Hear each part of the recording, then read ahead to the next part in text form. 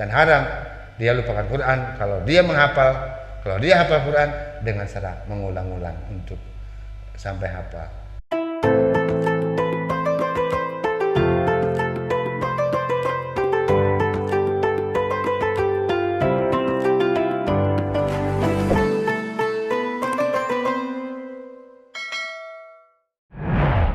Assalamualaikum warahmatullahi wabarakatuh.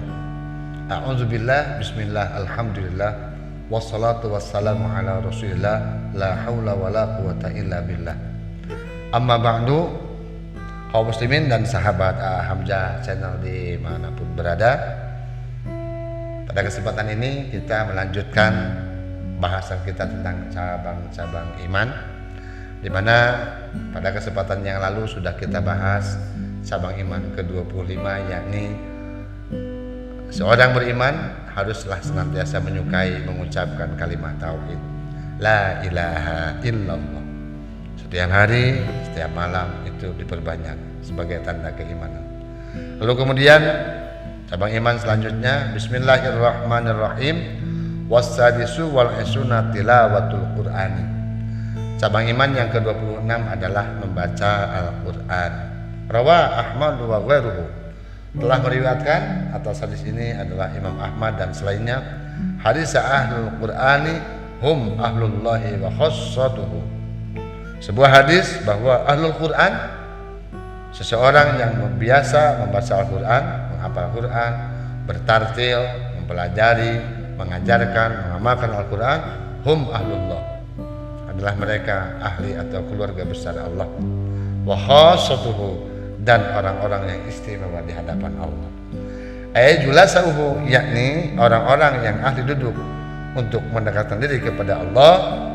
Al-muqarrabuna, orang yang senantiasa dekat dengan Allah. Fi ghalibil ahwali, dalam kebanyakan keadaannya, dalam keadaan tingkah sehari-harinya. Wal qiraatu bil mushafi, adapun membaca Quran dengan mashaf, ibadatun, adalah sebuah ibadah.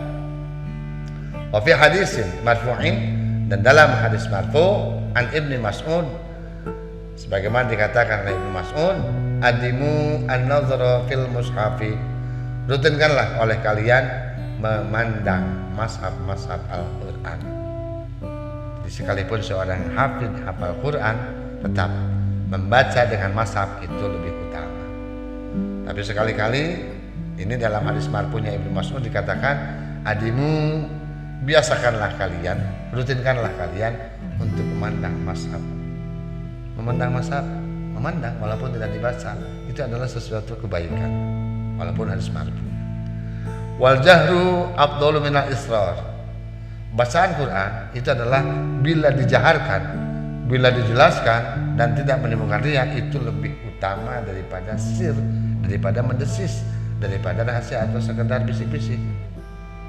Haitsu la yakhafu riya, selama dia tidak takut akan riya.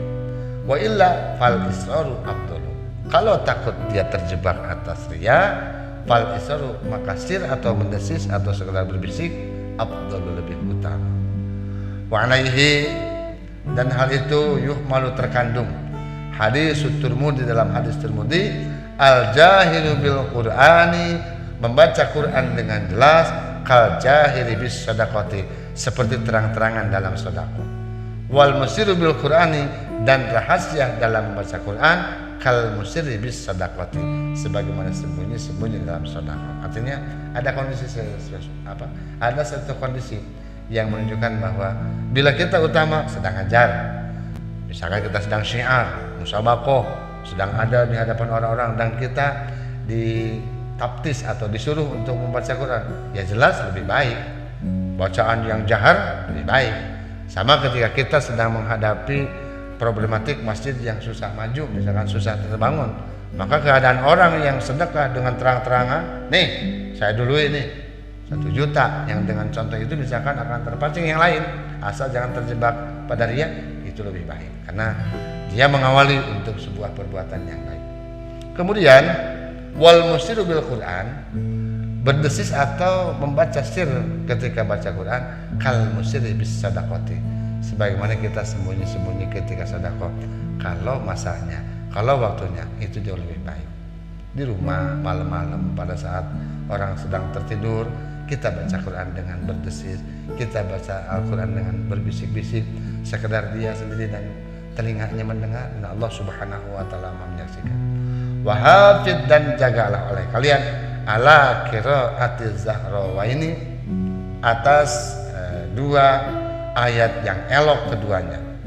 Sudah elok, indah, maknanya tinggi. Apa itu? Al-Baqarah wa Ali Imran. Surat Al-Baqarah dan surat Ali Imran. Kedua-duanya surat panjang. Disitulah banyak sekali hikmah, banyak sekali ayat-ayat mukamah, ayat-ayat yang mutasyabihah, ayat yang berkaitan dengan perintah, dan semuanya kisah-kisah yang terdahulu juga ada.